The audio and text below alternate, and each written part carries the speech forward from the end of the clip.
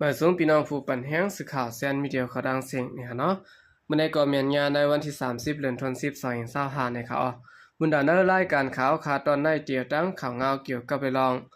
คอบันนีอันลงปองจึงเขอยู่ด้านหลังสิแลเมควัก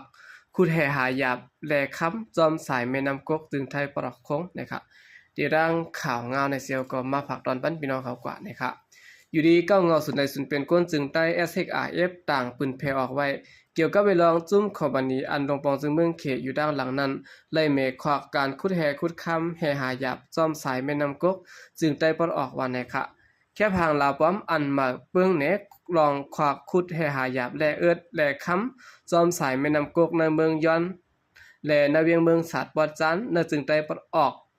ข่าวก้นเหตุการณ์ตั้งในรัฐว่าเป็นคอมพานีไชน่าInvestment Mining Company อันลงปองซึ่งเมืองเขอยู่ด้านหลังเสียแลขึงเฮ็ดสร้างนะครับแค่ทางลาวปอมนั่นไถเมื่อในวันที่14เดือนธันวาคม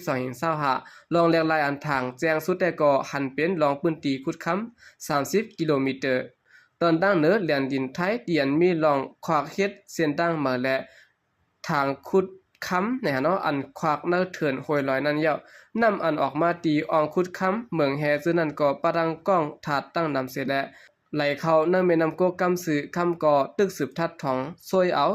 ตีอ่องซวยคำอันมีตั้งตกผังแม่น้ำกกกล้องถาดยาอันเอาซวยคำนั้นลูกไหลเข้าในแม่น้ำกำสือในเขา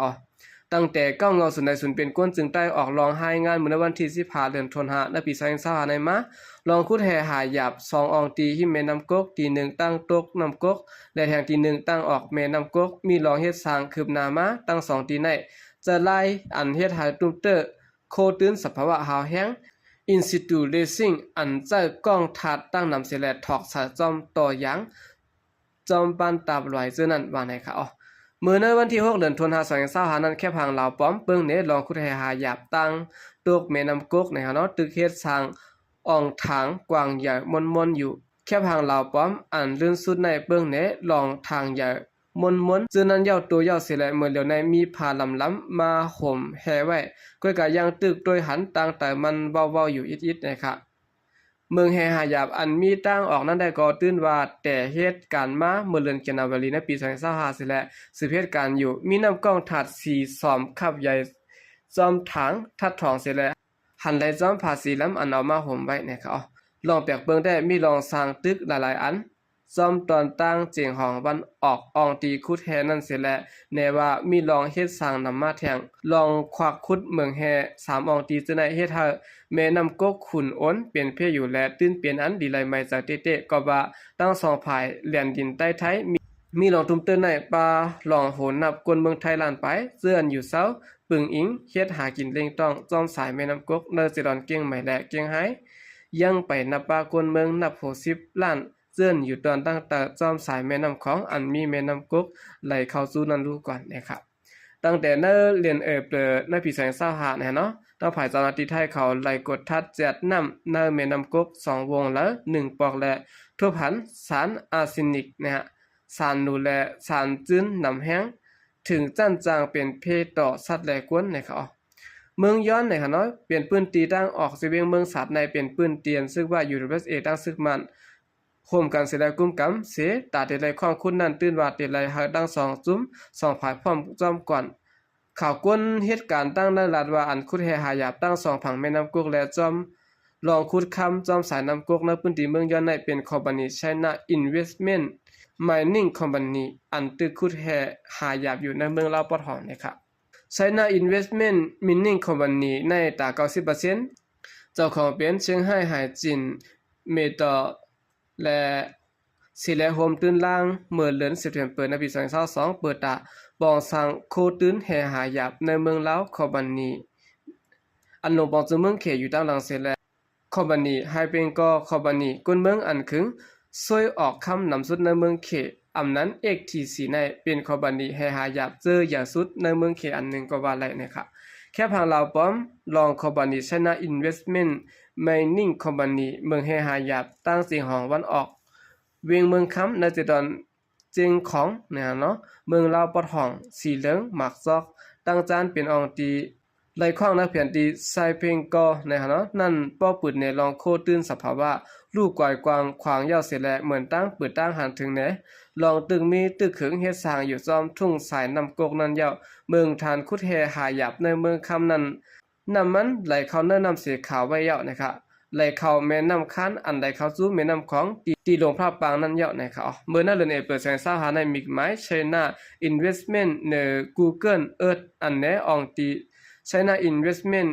Mining CEO นะครับเนาะปื้นตีคุดแฮหาหยาบหิมเมืองคำตึกมีอยู่ก้วยกาไว้นั้นมาเอาออกอำหันมีอยู่ไหนไหลหันเก้าเงาสุนได้สุนเป็นก้นสึงใต้ SXRF ออกในไว้หนังไหนออกกันได้ก็เป็นข่าวเงานะครับเนาะพยายามตัวอยู่ในตั้งเมืองเขตนะครับเนาะคัดเจอคุดแฮหาหยาบนะครับเมื่อดังตั้งอเมริกันเขาก็ซ้ำเคยแฮหาหยาบกูเมืองในแข่งกันหาแฮหาหยาบนะครับเนาะวันเมืองอันเดเฮ็ดให้เจ้ามหาอำนาจเขาเข้ามาขุดเอาโคของนั่นได้ก็ที่เป็นวันเมืองอันตึกสุกซักสุกยุงวันเมืองอันตึกมีรองปางตึกยื้อกันนั้นขนาดน้อยยอก็วันเมืองอันนำไปขึ้นใหญ่มาสูงเนี่ยเนาะการเงินอำไปป้อน้ำนั่นเนี่ยยอก็อำหมอขุดเอาหังกล้วยนั่นค่ะเนาะที่เป็นวันเมืองจังได๋เสียก็ขายที่ดินปันเปิ้นเฮียวก็ให้เปิ้นมาขุดนั่นค่ะเนาะยอก็เลยกินเจ้าเปิ้นอิดออดสิแลยอมปันเปิ้นเฮ็ดให้สภาวะให้คนเมืองในพื้นที่ไหลรับพรย้อนมันจอมเนี่ยค่ะอันนี้เป็นไล่สร้างนะเนาะจุ่มอันนำหมอเฮ็ดเอาห้างกล้วยมก้าเนี่ยค่ะเนาะยอก็เจ้าเปิ้นมาเฮ็ดนั่นค่ะสืบสิแนวข่าวขึ้นมาถ่อมด้วยข่าวเงาเกี่ยวกับเวลองซึกตางเนี่ยค่ะเนาะเตี้ยข่าวกวนเมืองเฮ็ดหมายพังแทงตีเวียงนำคำเนี่ยค่ะไว้หลังปางตึกแผ่นกันยันซึ่ง102เจ็ดโปรแกรมที่1มาครั้ง1ปีในรับซึกปลดปล่อยเสื้อซาตางเทียนเหนียวเอกเขายึดกุมกำเวียงนำคำตีเลียนดินเมืองใต้เมืองเขติดจับกันตั้งในเมืองใต้ปะทองเสียแลปั่นการพองงำไว้ห้านต่อถึงยามเลี้ยวในค่ะในข้าวดัง1ปีปลายในค่ะเนาะเติการพองงำซึกตางในกวนเมืองนำคำยาขาบการได้รับซึกตางมีบเงี้ยนเด็กเดียงเก็บเสียนสายหมายโหนนับกวนโหนนับมุ่งห่อเฮิรนเก็บขอนรถกาเก็บเบอร์หลายเสียนตาการก้าขายเก็บกาไฟฟ้านำเด้อเนื้อเปิงอันตำวางไว้เก็บขอนกาปืดโฮงเฮียนกวยมก้านะครับย่ามอยู่ในมีบเงี้ยนเตะขกวนเมืองเจือนอยู่ในเวียงนำคำเฮ็ดหมายพังและมุ่งห่อเฮิรนแท่งนะครับใจปีอายุ40ปีไปก่อนอยู่ในเวียงนำคำลาดกว่าที่ตั้งสื่อข่าวพุทธเขาว่าในห่างเดินในซึ่งลอยเขาใจกวนเมืองนำคำกว่าเฮ็ดหมัดปงตีนหมายพังป้อมกว่าเฮ็ดเพออ่ำมีไว้หมายพังอันเขาเฮ็ดปันก็เตรียมปันดัดกว่ามาเนื้อแก่เสียนต่างหมู่เจนำคำเนี่ยค่ะเมื่อเดือนในเขาแต่หากวนในปอก1กว่าเฮ็ดเขาอ่ำเฮ็ดปันละลาย1เก่าค่ะเพราะว่าเปลี่ยนหมายพังในหลายๆปัน 10,000 ปีเขาเพราะเปลี่ยนใบมู่หอเฮิรนซ้ำหลายปัน10,000 ปีเหมือนกันค่ะเขาเตี้ยค่ะปูก้างในปอกในวัน2หาออนกันกว่าเฮ็ดในเขากำพองกว่าเฮ็ดกำพองกอ่ำกว่าเฮ็ดหนังเก่าวันในค่ะตาได้เฮ็ดหมายพังและมู่หอเฮิรนในภายตับซึกตางเฮ็ดบ่ปิวเสและแจกบันกวนเมืองในพื้นที่ในบ่ปิวนั้นป้าไว้ขอมักมันกวนเจื้อนที่ไรกว่าเฮ็ดหมายพังปักเปิง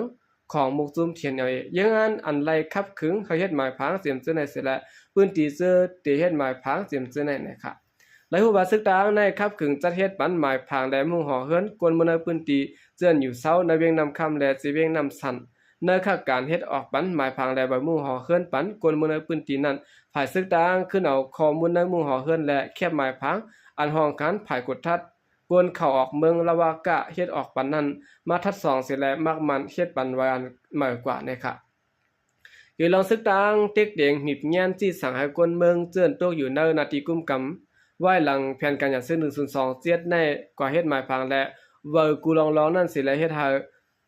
เจ้าก้าโคกุลเฮ็ดการป้ายมักมีเขาออกข้าวดังกว่ามาอยากพืชแท่งนะคะนางยิงก่อนเหตุการณ์ก้าขายจะบ้านมังมีในเมืองใต้ปะหองก่อนหนึ่งลาดกว่าที่ดังสื่อข่าวพุทธฮอเขาว่าซึ่งลอยเขาในเมื่อเขาเฮ็ดบันกวนตางเวียงนำตูนั่นก็เขาไหลกว่าเงินนับโหเฮงแสนมันค่ะเมื่อเหลียวก็ญากำนำคำยาวเขาเบอร์หลายสินอันเขาเศร้าเฮ็ดอยู่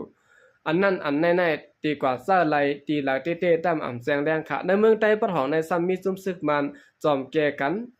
เป้อในค่ะเนาะลูกกว่าไว้เขาเฮ็ดจึงไหนในเฮ็ดให้กวนเมืองกว่ามาหยาบกวยครับเบิ่งยาจุ่มซึก1ซ้ำเตียไลซิมของจุ่มซึก1ลูกค้านะคะวันนี้เวียงนำคำในซึกตางกุมกำปั่นการพองงำไว้เสียและไว้หลังซึกมันยึดเมืองแฮนซึกหลอดตึกขาวแห้งซึกตางเจื้อนตรงหนึ่งอยู่ซ่อนในสิเวียงหนองเขียวสิเวียงเกียกเม็ดสิเวียงสีเปาะไล่ถอยออกปั่นขึ้นซึกมันยาวสืบใจเฮิ่มมินและเครื่องต้น คึกตอนยืดสายจอมในนาตีซึกตางกุมกำอำถาดและกวนเมืองเวียงนำคำก่ออ่อนกันไม่ซะโกซึกมันตั้งซึกตางเปลี่ยนปางตึกกันแทงบางเจอไหลแฮนโคแฮนเด้งซ่องไปกว่าซ่ออยู่ต่างเวียงไว้ลงหน้าในเขาเอาคันในก็เป็นข่าวเงาในค่ะเนาะต่างฝ่ายซึกต่างเทียนเอเขาติดใจกวนเมืองเวียงนำคำเฮ็ดหมายพังไว้กับตัวแลไว้มุ่งหอเฮิรนเขาแทงยาวนะครับเอาค่ะคำเดือนสุดในก็ยินจมนับยองกลุ่มถึงพี่น้องผู้กำเทียมบันเฮาเขาดังเสียงอยู่ก็ยินจมนับยองอย่านำเสข่าวใจก็เรียกมาส่งค่ะ